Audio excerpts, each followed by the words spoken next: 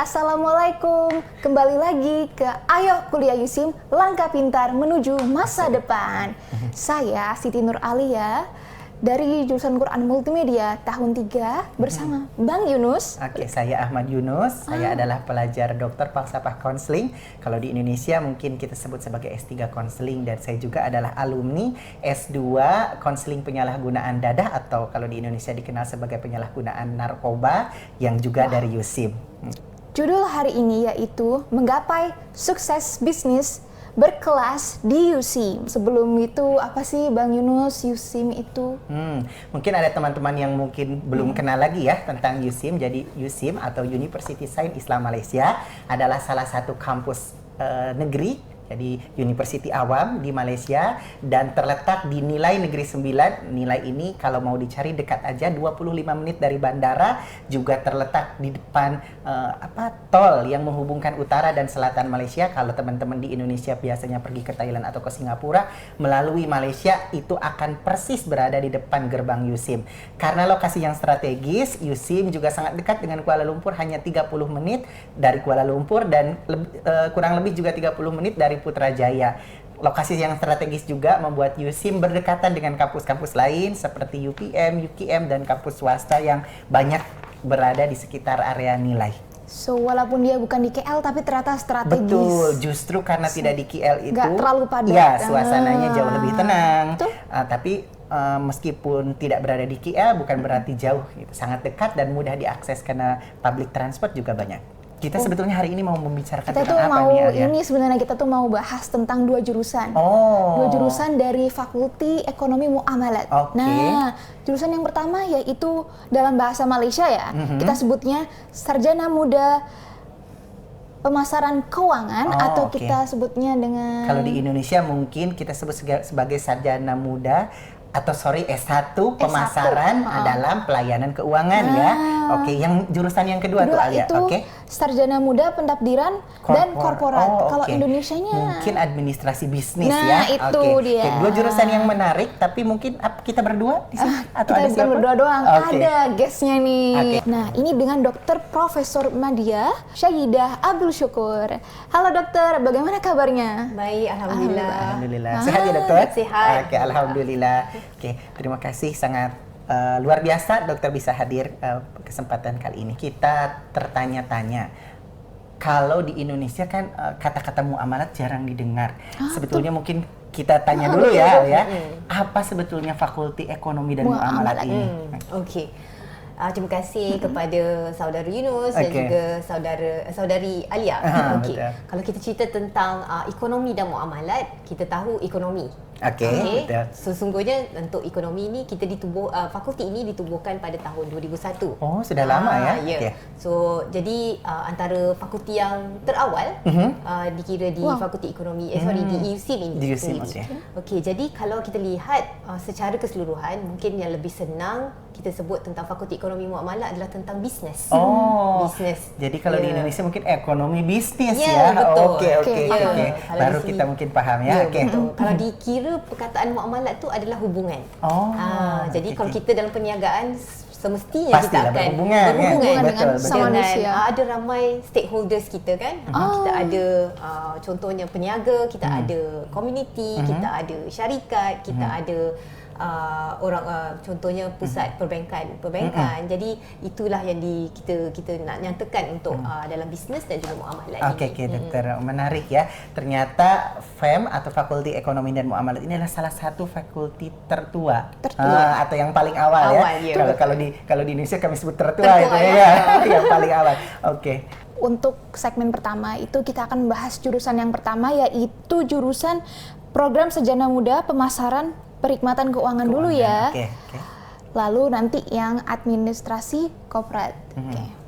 Jadi mungkin teman-teman sudah tidak sabar ya untuk kemudian mengetahui lebih jauh sebetulnya apa itu pemasaran dan khidmat keuangan. Menarik ya. Bukan hanya kalau di Indonesia, soalnya dokter, jurusan itu berbeda. Jadi ada pemasaran saja, marketing, yang biasa sudah dengar. Tapi kenapa ini ada tambahan khidmat keuangan, betul. Mungkin boleh dokter ceritakan sedikit apa itu jurusan pemasaran dan khidmat keuangan. Baik. pertama sekali bila kita cerita pemasaran, perkhidmatan kewangan kan. Okey, saya cerita dulu program ini. Program ini telah mendapat akreditasi daripada MQA, Agensi Kelayakan Malaysia pada tahun 2017. Okey. Jadi penting tu mendapatkan akreditasi dan program ini dibangunkan untuk melahirkan graduan yang mempunyai ilmu pengetahuan, ada ilmu amali, yang beretika dan profesional dalam jurusan pemasaran perkhidmatan kewangan. Okay. Tadi soalan tentang pemasaran dan juga perkhidmatan kewangan kan.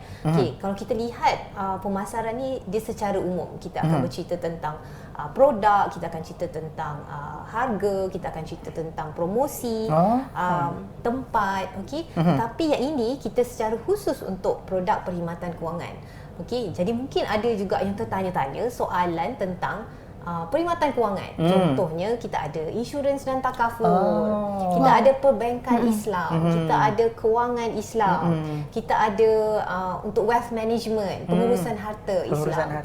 Jadi program ini kita bangunkan untuk melahirkan graduan yang memang orang kata mengkhusus pemasaran bagi aspek produk-produk yang telah saya sebutkan tadi. Jadi insya-Allah graduan yang kita nak lahirkan akan menyelesaikan isu-isu yang berkaitan dengan pemasaran khusus untuk perkhidmatan kewangan. Ya. Kan mungkin kalau di Indonesia ya dokter, kita kan seringnya takut-takut ya. Iya, betul. Mau ngambil asuransi kalau di sana ya, mau ngambil asuransi takut gitu ya. Mau ngurus-ngurus aduh harta-harta ini takut gitu. Jadi justru jurusan ini justru akan membantu bagaimana kemudian kita bisa menerima dan menerima manfaat produk keuangan tersebut lebih jauh. Menarik ya Alia. Jadi apa sih perbedaannya antara dua jurusan ini, perkhidmatan keuangan dengan ketadbiran korporat ya? Mungkin terdengar sama, tapi mungkin apa bedanya ya itu? Kedua-duanya masih lagi di bawah kita kata payung bisnes. Betul. So kalau tadi kita lihat dari segi pemasaran, aspek untuk mempromosikan produk. Tapi kalau pentadbiran korporat ni dia lebih umum, di mana-mana syarikat yang kita tubuhkan mesti akan ada pengurusan syarikat. Betul. Jadi pentadbiran korporat yang kita masukkan ini dia berkait rapat untuk urusan-urusan organisasi ataupun syarikat. Kalau program ini sama juga seperti program pemasaran di mana mendapat akreditasi pada tahun 2017 juga. Dan di Malaysia, hasrat untuk program ini kita nak lahirkan company secretary, setiausaha syarikat. So bila kita sebut setiausaha syarikat, kenapa penting? Kerana di Malaysia kita ada undang-undang company law yang mewajibkan setiap company mempunyai setiausaha syarikat. So saya pasti di mana-mana negara pun kita akan ada company secretary bagi sesuatu organisasi. Betul. Jadi kita akan lahirkan semua setiausaha syarikat lah daripada program ini. Jadi kalau kita nak cerita apa expectation ataupun jangkaan yang boleh bakal pelajar dapat ataupun mereka yang dalam kursus ini atau program ini, mereka akan belajar tentang organisasi syarikat, tentang pengurusan sumber manusia, pengurusan kewangan, tentang teks, tentang accounting, kemudian akan juga belajar tentang tata cara ataupun etika dan juga bagaimana untuk kita conduct bisnes tu. Macam mana bisnes tu diuruskan betul. Dokter. Betul. Itu secara betul ya, apatah lagi bisnis. Bisnis kan sangat banyak aspeknya, jadi kalau tak diuruskan dengan baik atau kita tidak manage dengan baik, tentulah mungkin akan menjadi hambatan ya. Tapi sebetulnya dokter, mungkin kan kita juga bertanya-tanya apa sebetulnya yang rekan-rekan kita akan pelajari itu. Kalau misalkan masuk ke jurusan ini, dia belajar apa ya dokter? Betul. Saya rasa itu yang paling menarik kan, dan juga semua tertanya-tanya. Kalau saya masuk program pemasaran ni, apa yang akan saya belajar? Yang pertama ialah tentang prinsip amalan pemasaran. Apa tu prinsip amalan pemasaran? Ialah basic ataupun foundation knowledge kita tentang marketing, tentang produk, price, place, promotion. Penting semua ni. Betul. Kalau buat bisnes, kalau marketing tu selalunya dikedepankan lah. Kalau kita ada produk yang bagus, so orang akan tahu dan sales akan naik lah. Jadi itu tentang produk. Kita akan belajar juga tentang bila kita sebut tentang pasaran, semestinya ada pengguna. Okey, jadi pengguna kita akan belajar tentang gelagat pengguna. Kenapa mereka membeli? Kenapa mereka bertindak begitu? Apa faktor yang menyebabkan mereka mengambil keputusan betul. untuk mengambil Bagaimana satu-satu mereka produk. buat keputusan? Alright. Jadi memandangkan juga program ini dia berkait rapat dengan perkhidmatan kewangan. Apa tadi pelayanan keuangan. Pelayanan keuangan kan. Okey, jadi pelajar-pelajar mesti tahu apa produk-produk dari segi perkhidmatan kewangan. Yang seperti saya sebut awal tadi, kita ada macam Islamic banking, and then Islamic finance, kita juga ada pelaburan, kita ada juga wealth management, dan saya kira kalau di Malaysia dan Indonesia juga kedua-dua negara ni sangat towards this establishment of Islamic banking, finance kan. Jadi memang sangat diperlukanlah mata pelajaran ataupun kursus yang ke arah ke arah sana. Okey, itu dari segi pemasaran tadi. Pemasaran. Sementara kalau yang akan dipelajari di pentadbiran korporat atau administrasi bisnis itu apa juga? Alright. Kalau pentadbiran korporat ni yang penting ialah pengurusan perniagaan. Pengurusan kayak mau bikin usaha gitu, ada orangnya, siapa organisasinya. Supaya perusahaan itu sustain ya. Betul. Dan ini kalau kita lihat dia adalah organisasi yang besar yang mana akan berkait rapat dengan akan ada isu-isu compliance issue, akan berkait rapat juga dengan undang-undang, ada berkait rapat dengan cukai, okey, ada accounting, finance, okey. Jadi semua aspek ini akan dipelajari dalam bagi program pentadbiran korporat, okey. Dan kalau dilihat tadi pemasaran lebih menjurus kepada pengguna, tetapi di sini pelajar-pelajar mahasiswa untuk program pentadbiran korporat ni mereka lebih perlu mengenali kelakuan pekerja dalam organisasi. Dan mereka juga perlu tahu macam strategic management, bagaimana nak menguruskan strategi kan. So ini adalah perkara-perkara yang dipelajari lah dalam program ini. Urus takbir. Jadi ada yang kemudian menguruskan di belakang, bagaimana kemudian supaya perusahaan itu tetap boleh bertahan ya. Dan yang kedua tadi terkait dengan pemasaran khidmat keuangan, jadi lebih memaskaratkan lagi apa yang sebetulnya produk-produk itu supaya dapat mencapai konsumen atau pengguna. Dokter, boleh tahu nggak setelah belajar semua itu skill apa yang kita akan dapat? Okey. Alright, saya mula dulu dengan pemasaran. Okey, silakan doktor. Kalau pemasaran sudah tentu kita tengok dari segi aspek ilmu, pengetahuan, dari segi principles of marketing. Okay, product, price, place, promotion. Yang kedua pula ialah dari segi pengetahuan kewangan. Okey, yang ini juga penting, pengetahuan kewangan ni kerana mereka produk yang mereka khusus adalah perkhidmatan kewangan. They have to know about unit trust, Islamic banking, what's the difference between Islamic finance and conventional. Okay, so mereka juga akan tahu mempunyai kemahiran dan pengetahuan tentang aspek finance. Dan satu lagi aspek yang mereka akan tahu juga ialah dari segi penyelidikan pemasaran, marketing research. Okay, ini penting kerana sesuatu bisnes mereka nak grow. Okay, nak membesarkan grow, so mereka perlu adakan penyelidikan. Dan kalau kita lihat penyelidikan ni dia ada stages, procedures dia, dan mereka akan belajarlah di dalam marketing skill yang mereka akan dapat daripada program ini, iaitu membuat sesuatu penyelidikan. Okey, dan nak tak nak satu lagi skill yang saya rasa semua orang akan bercakap pada masa ini ialah tentang pemasaran digital. Betul. Kalau kita nak beli barang pun mesti dekat mana? TikTok lah, Shopee lah. Okey, jadi semua itu akan diperoleh daripada program pemasaran perkhidmatan kewangan. Okey, walaupun nampak menjurus kepada perkhidmatan kewangan, tetapi sebetulnya holistik juga ya. Betul. Aspek perniagaan dari segi pemasaran secara umum mesti diketahui oleh pelajar dan mereka mengkhusus kepada perkhidmatan kewangan. Okey, itu yang pertama. Kalau lihat pula kepada pentadbiran korporat, okey. Kalau pentadbiran korporat semestinya mula sekali ialah pengurusan perniagaan. Okey, pengurusan perniagaan ni termasuklah apa teknik perniagaan, pengurusan, perancangan strategi. Okey, semua itu yang pertamalah mereka akan dapat kemahiran pengetahuan. Okey, yang kedua ialah tadbir urus korporat. Okey, takbir urus korporat ni kalau kita tengok TV ataupun drama kan, kalau syarikat-syarikat besar mereka ada board meeting for example. Kita nampak macam senang tetapi ada tata cara dia. Betul. Okey, betul. Ada macam contohnya kalau ada AGM, bagaimana kita nak uruskan AGM. Peranan pengarah sesuatu syarikat, okey, bukan nampak macam sangat serius dan juga ada tanggungjawab besar setiap pengarah. Kemudian untuk company secretary, mereka akan terlibat dengan mesyuarat-mesyuarat penting di syarikat dan bagaimana mereka mencatat minit. Okey, semua sebab mereka akan mengambil decision yang penting dalam mesyuarat tersebut. So itu juga adalah antara skill yang mereka akan belajar. Dan untuk company, sebab fundamental untuk buat bisnes lah sekali kita nak untung. Okay, so semestinya kena faham tentang kewangan.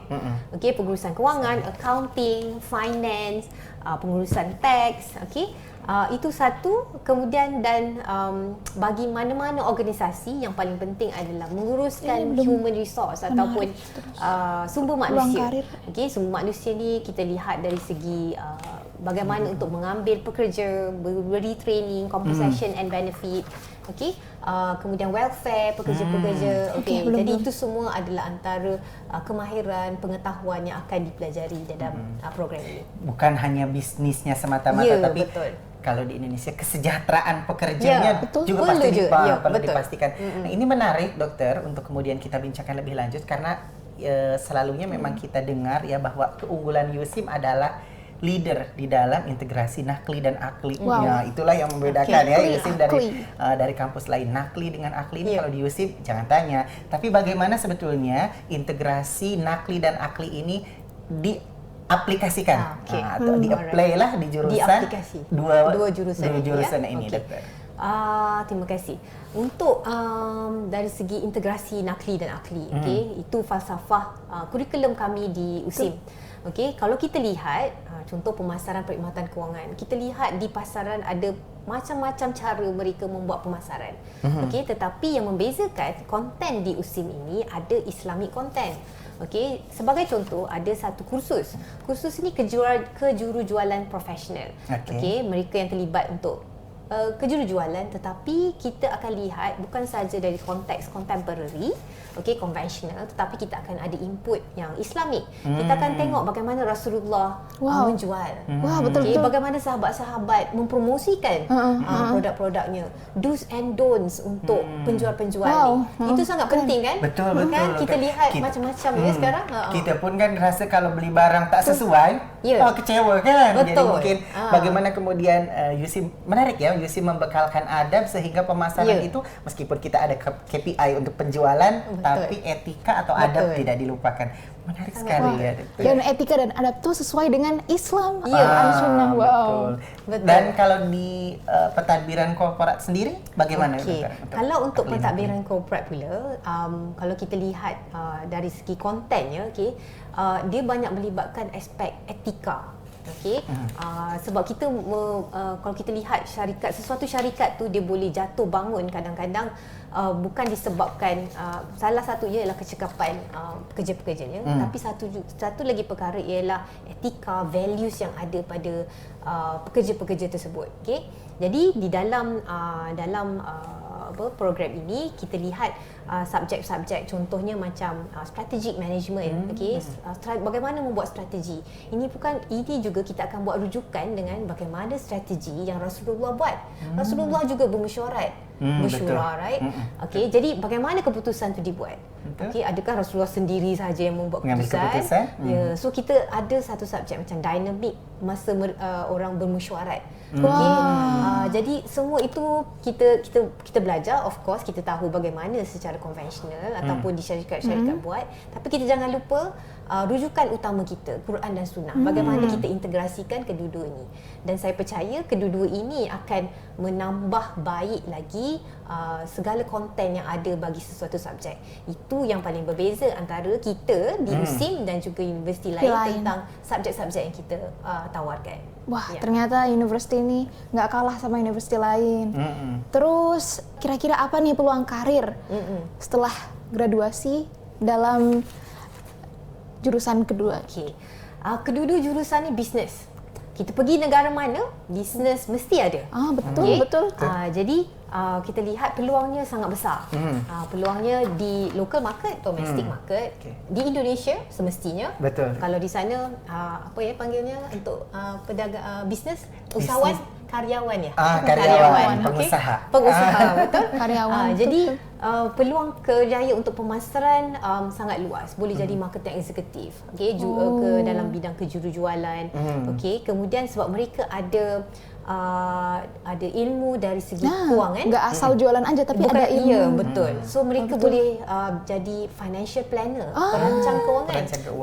Penting tu. Betul. Terutama untuk anak-anak muda. Betul. Kan ramai bankrupt, asyik spend. Betul. Kan? Overspend. Ya, betul. There's no planning. There's no financial. Betul. Nampaknya saya pun perlukan juga. Saya juga. Okey. So itu dari segi pemasaran perkhidmatan kewangan. So peluang dia sangat besar. Jangan risau, bukan di Malaysia sahaja, di Indonesia, malah global. Okey, kita boleh je insya-Allah ada ilmu tu, kita boleh praktikkan di mana-mana peluang. Untuk pentadbiran korporat pula, pentadbiran korporat pula sebab kita ada bisnes, kita ada company secretary. Syarikat-syarikat besar ni memang kalau diwajibkan untuk ada company secretary yang mengurus tadbir sesuatu syarikat.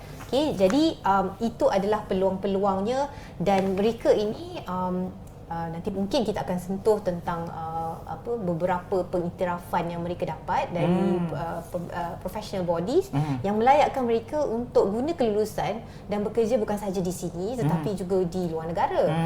Jadi peluang pekerjaan tu kita rasa sangat luas bagi kedua-dua program.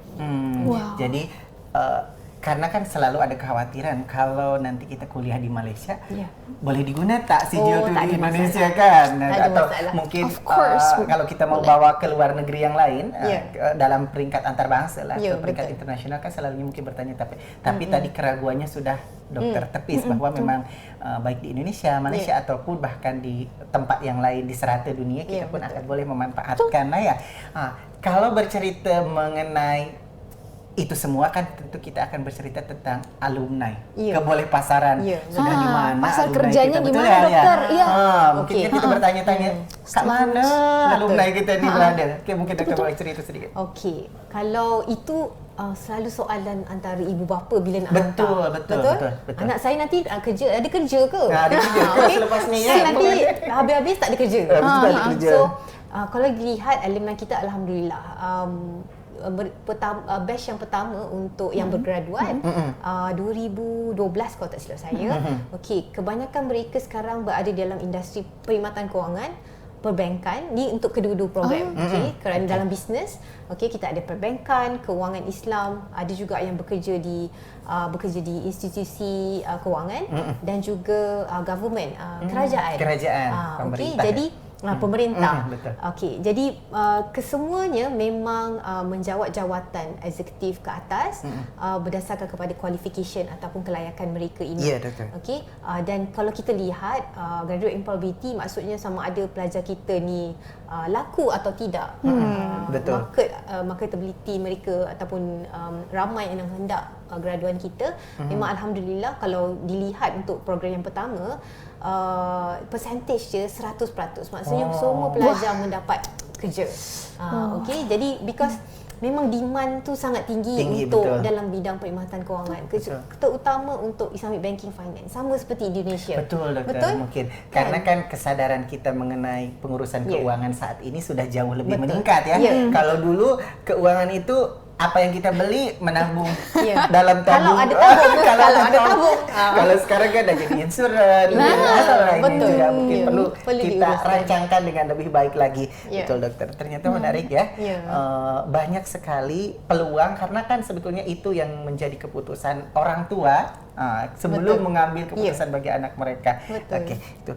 Tapi Alia? Nah, kita tadi kan lihat perbedaannya. Jadi persamaannya antara dua jurusan itu apa, dokter? Kalau persamaan kita lihat pertama sudah tentu dari segi kurikulum. Kurikulum, konten di dalam kurikulum kita semestinya integrasi nakli dan akli. Kita tidak akan memisahkan antara sumber yang wajib iaitu Quran Sunnah, dan juga kita akan gabungkan dengan contemporary, ilmu-ilmu konvensional. Okey, kalau dilihat itu adalah persamaan yang pertama, bukan saja untuk jurusan ni tapi semua jurusan-jurusan lain juga. Okey, kemudian yang kedua, kalau kita lihat dari segi persamaan dia ialah kita mempunyai aktiviti yang kita lakukan di dalam kelas ataupun di luar kelas adalah berbentuk praktikal. Kita memang mementingkan pengetahuan, tetapi untuk praktikal tu pun penting. Sebab itu program ini ditawarkan 3 tahun 6 bulan, alright, dan 6 bulan itu pelajar-pelajar akan spend time di industri. Okay, kita belajar dalam kelas, of course, theory and then konsep, tetapi yang penting adalah bagaimana nak mengaplikasikan apa yang telah dipelajari. Okey, sebab kita pun tahu lepas belajar, hala tuju pelajar adalah semestinya ke tempat pekerjaan. Ya, ke arah pekerjaan. So, belajar-belajar macam mana nak diaplikasikan. Okey, jadi itulah yang sama, kita mementingkan pengetahuan dan juga aplikasi. Okey, kemudian yang persamaannya lagi adalah dari segi bahasa. Okey, dan ini juga saya rasa satu keunikan kerana pelajar menguasai bukan sahaja satu bahasa tetapi juga dua bahasa Arab, bahasa Inggeris dan juga bahasa Arab dalam pembelajaran. Okey, maksudnya mereka ini juga memberi peluang untuk mereka bekerja di luar negara. English dan juga Arabic kan, these Arab countries kan, perdagangan mereka, Arab. Ya, betul. Mereka boleh menceburi semua market ini. Okey, kemudian ada lagi persamaannya ialah kita dah berikan mereka pengetahuan. Kita dah berikan juga mereka keterampilan, kemahiran ya. Ya, kemahiran. Okey, tetapi juga sebab semua kita ada sebut tentang muamalat kan. Okey, jadi mereka juga perlu tahu tentang budaya di luar negara. Betul. Jadi kita ada program namanya GISO. Okay. Global Islamic Student Outreach. Okay. Program ni iaitu pelajar mempunyai peluang untuk keluar negara bersama rakan-rakan mereka, mengadakan aktiviti dengan komuniti luar, masyarakat di luar. Kemudian melawat universiti sana, tengok juga bagaimana rakan-rakan di luar negara belajar seperti mereka. Dan yang penting adalah bagaimana kenapa program ini penting, kerana dia akan develop karakter pelajar tersebut. Sebab bila dia nak pergi ke luar negara, semestinya persiapan tu bagaimana untuk kontak di sana, menguruskan perjalanan ke sana. Jadi ini yang akan develop karakter tu. Dan tadi saya lupa satu lagi persamaan yang mungkin agak berbeza dengan yang lain-lain adalah dari segi amali ataupun praktikal, pelajar-pelajar mereka akan didedahkan dengan ilmu perniagaan di dalam kelas dan juga secara praktikal. Mereka ada diberi peluang untuk menjalankan perniagaan secara bukan menjalankan perniagaan di universiti dan juga mengadakan macam convention, dan menjemput orang luar untuk datang ke convention tersebut. So semua aktiviti-aktiviti ini kita develop, untuk develop, membangunkan karakter pelajar supaya mereka ada ilmu pengetahuan, mereka ada praktikal punya kemahiran.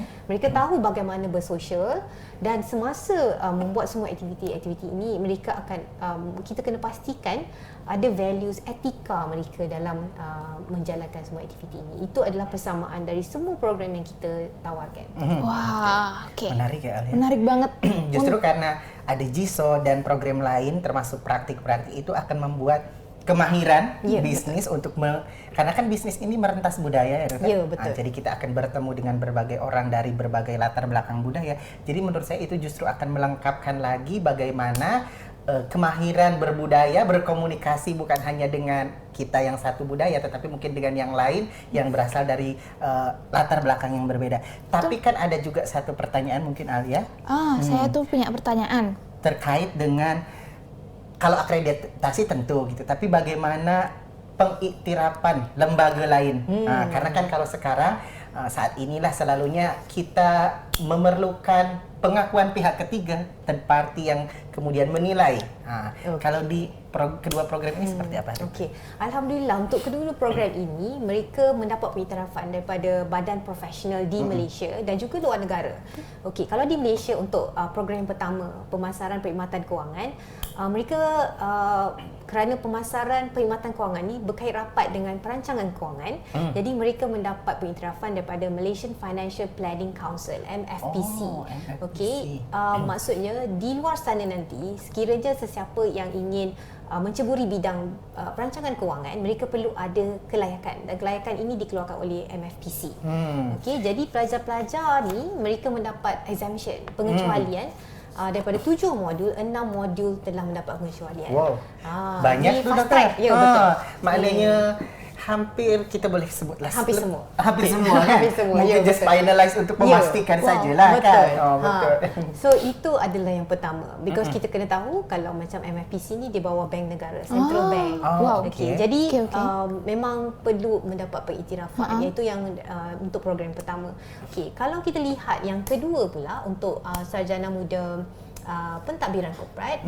Okey, mereka ini kerana nak melahirkan company secretary, okey.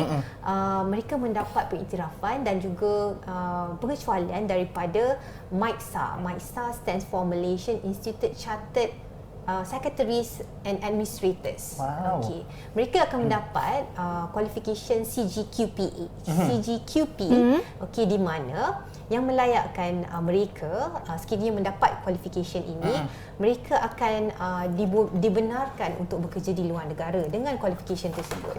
Okay, contohnya macam doktor kan, kalau kita ada certified by certain bodies, so bukan saja boleh dipraktikan di Malaysia tetapi juga di luar negara. Di luar negara. So sama juga seperti untuk MICSA ni.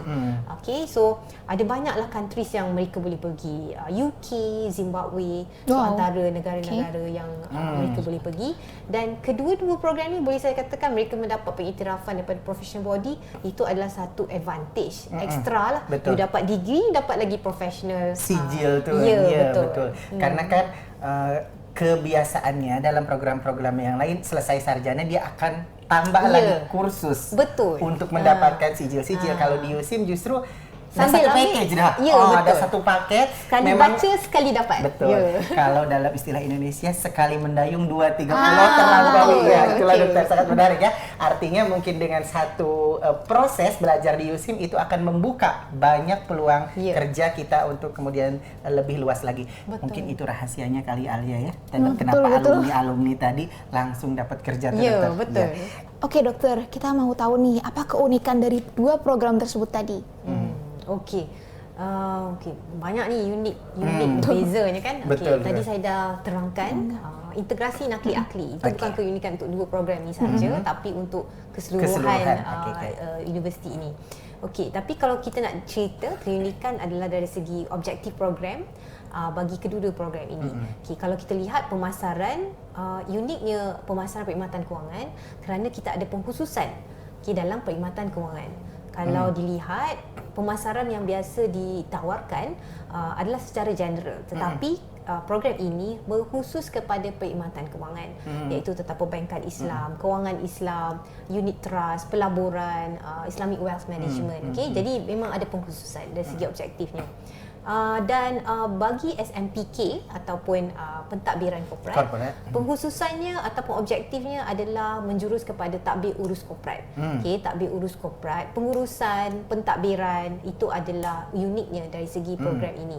Okey, mungkin sebelum ni kalau belajar bisnes perniagaan secara umum, tetapi yang ini lebih unik, dia spesifik untuk tadbir urus korporat, syarikat-syarikat besar. Okey. Dan satu lagi ialah dari segi penekanan kurikulum. Penekanan kurikulum kalau kita lihat untuk program pemasaran perkhidmatan kewangan, kita lebihkan dari segi pemasaran kewangan, perkhidmatan kewangan, dan kita embedkan atau kita integratekan elemen Islamik tersebut. Okay. Manakala untuk penekanan kurikulum bagi sarjana muda pentadbiran korporat, ia adalah lebih kepada prinsip tadbir urus korporat, rangka kerja undang-undang, pengurusan prosedur pentadbiran. Jadi kesemua ini adalah unik dan diajar di dalam kedua-dua program ini. Okey, so itu yang uniknya dari segi konten bagi program-program ini. Dan saya rasa yang unik juga ialah kerana pengiktirafan yang kita dapat tadi daripada professional body, dan kita memang menekankan elemen pengetahuan dan juga praktikal. Sebab kita tahu pelajar masuk ke USIM ataupun masuk universiti, mereka of course nak dapat pendidikan, tapi peluang pekerjaan yang mereka akan cari, dan kita sediakan mereka untuk menghadapi alam pekerjaan itu. Ya, betul. Menarik dokter, karena kan kalau yang saya tahulah di Indonesia yang saya lihat mungkin teman-teman juga banyak mengambil, kalau di Indonesia dia sebagai sarjana ekonomi saja maka dia akan meluas. Justru kalau ambil pengkhususan dia akan berada pada level master. Tapi kalau di USIM dari awal, sedari mula, meskipun baru S1 atau sarjana muda kalau kita sebut di Malaysia, justru sudah ada pengkhususan yang tertata lah, sehingga kemudian kita lebih tahu apa yang mungkin kita inginkan. Kan menarik ya, Alia? Wow, menarik banget. Kawan-kawan, daripada kalian percaya kata-kata saya, mendingan langsung ke sini aja, nggak usah. Ya, mungkin harus lihat bagaimana nanti Fakulti Ekonomi dan Muamalat di USIM. Betul kalau sekali. Kalau nanti mungkin berjalan-jalan ke Malaysia, rugi lah kalau tidak sampai di USIM kan. Sudah dekat saja dari bandara, betul langsung dokter. aja ke sini. Betul. Sangat menarik hari ini perkongsian, sharing-sharing dari Dokter Syadia. Memang sangat menarik dan membuka mata pemikiran kita sendiri gitu. Saya pun termasuk, mungkin saya memerlukan khidmat keuangan. Financial plan. PM tepi ya, PM tepi ya. Oke. Tapi satu lagi sebelum kita closing, mungkin kan ada rekan-rekan kita, teman-teman kita yang sudah mulai melihat-lihat, mungkin ini adalah masa depannya. Mungkin dokter boleh berikan 1-2 tips untuk memastikan lagi, memantapkan lagi supaya tidak ragu ya untuk kemudian bergabung menjadi warga Fakulti Ekonomi dengan Muamalat di USIM. Kepada semua yang sedang melihat-lihat apa program ini akan tawarkan. Jadi tadi pun Alia pun dah sebut di mana boleh dapatkan informasi tersebut. Saya pun mengesyorkan anda semua untuk mengeksplor program ini, apakah kursus-kursus yang ditawarkan, apakah program-program yang ditawarkan, dan sekiranya anda juga ada sebarang maklumat, anda boleh pergi ke website USIM khas kepada Fakulti Ekonomi dan Muamalat. So ambil kira kami sarjana muda pemasaran perkhidmatan kewangan dan sarjana muda pentadbiran korporat di dalam pilihan universiti anda. Pastikan ada dalam list pilihan kita. Terima kasih teman-teman semua, dokter juga. Terima kasih dan makasih banyak. Betul. Hari ini sangat banyak informasi, tinggal mungkin kita tunggu rekan-rekan semua untuk bergabung di USIM. Kita akan coba untuk menggapai sukses dalam bisnis berkelas di USIM melalui Fakulti Ekonomi dan Muamalat. Dan nanti kita akan berjumpa lagi mungkin dalam segmen selanjutnya. Ya. Terima kasih dokter, semoga sehat selalu dan sampai jumpa lagi. Insyaallah. Assalamualaikum warahmatullahi wabarakatuh.